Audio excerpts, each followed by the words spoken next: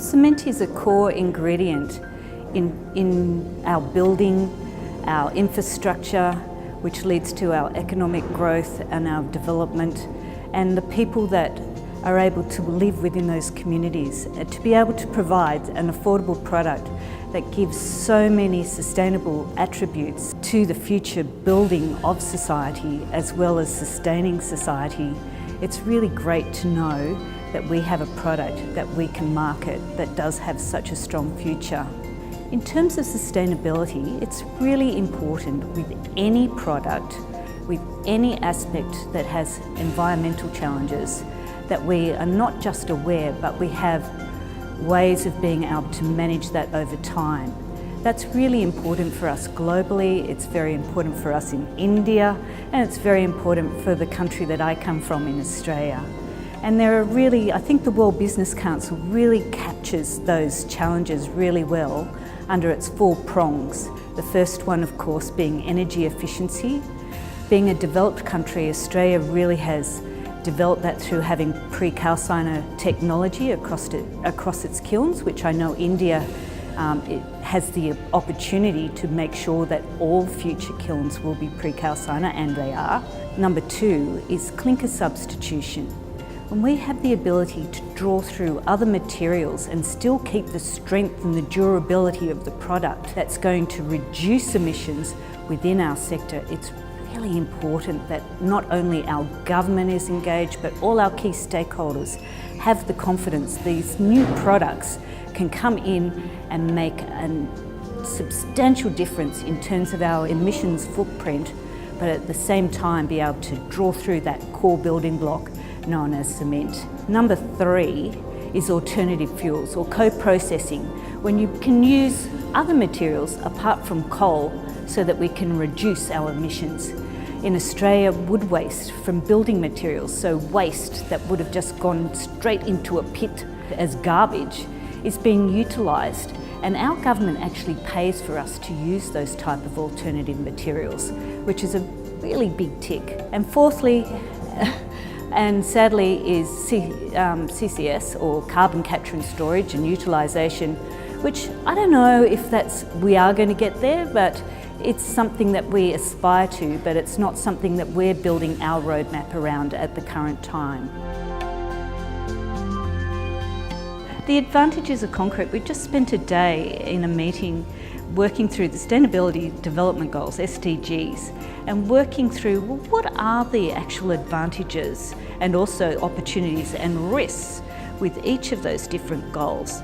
In Australia, we have really focused around climate change, energy costs, making sure we have sustainable and livable cities, ensuring that it is a material that can be used to actually sustain society and make sure that it's a pathway that we can go and live in future generations. A lot of people are only just starting to realise just how important concrete is as an insulator. It's an affordable insulator. You can build a beautiful concrete building and it can keep you cool in summer, which is something that other materials don't have the same benefit. And I'm watching some pretty cool innovation at the moment. In a building just next to me where I live in Australia, they actually got plastic. They poured the concrete into the plastic, so you didn't have to have precast, so you didn't have to drag these big heavy pieces of material. You just poured it straight into the jigsaw puzzle, took the outside away after it was dry, and there you had your precast building. Absolutely the core to success. We can't continue to be using coal. If we are, it should be black coal, but we should be looking at alternatives. And there's a whole myriad of waste out there, which we need to ensure that those regulatory barriers are there to protect us, not to try to push away these materials that can be utilised in such a great way to be able to manufacture such a sustainable product and not end up as landfill. Typical example is tyres. In Australia, 50% of our tyres we don't even know where they're going to. There is a thing called a stewardship program, and it's been an absolute disaster. So be careful in India that you run through the mechanics of being able to use tyres that they can go directly to the kiln, and there's not other players along the supply chain that can either be corrupt or try to take advantage of another government program.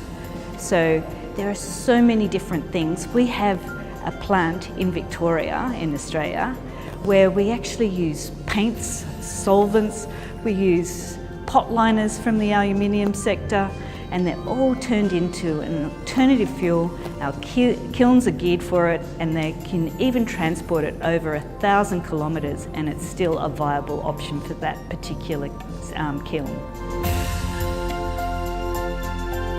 The Indian cement industry, I'm still learning. I come to this conference on an annual basis, and I have met my Indian colleagues who I really appreciate listening to the issues that they are facing, and I'm surprised at how similar they are. And we go back to those 4 prongs around energy efficiency, clinker substitution, alternative fuels, and then hopefully carbon capture and storage.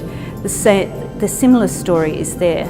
But what India has the advantage of is that it's a country that's still developing, and so it has the economic advantage of being able to utilise this great material to make sure that it has the building blocks for other infrastructure. And South America is a good example. They forgot to build their roads, and as a result, their agricultural sector, they couldn't get their cattle to market, so their beef industry didn't flourish, even though they had the biggest herds in the world. And India has the opportunity to be able to harness all the lessons from other countries to make it such a great place that it is and continue to be into the future.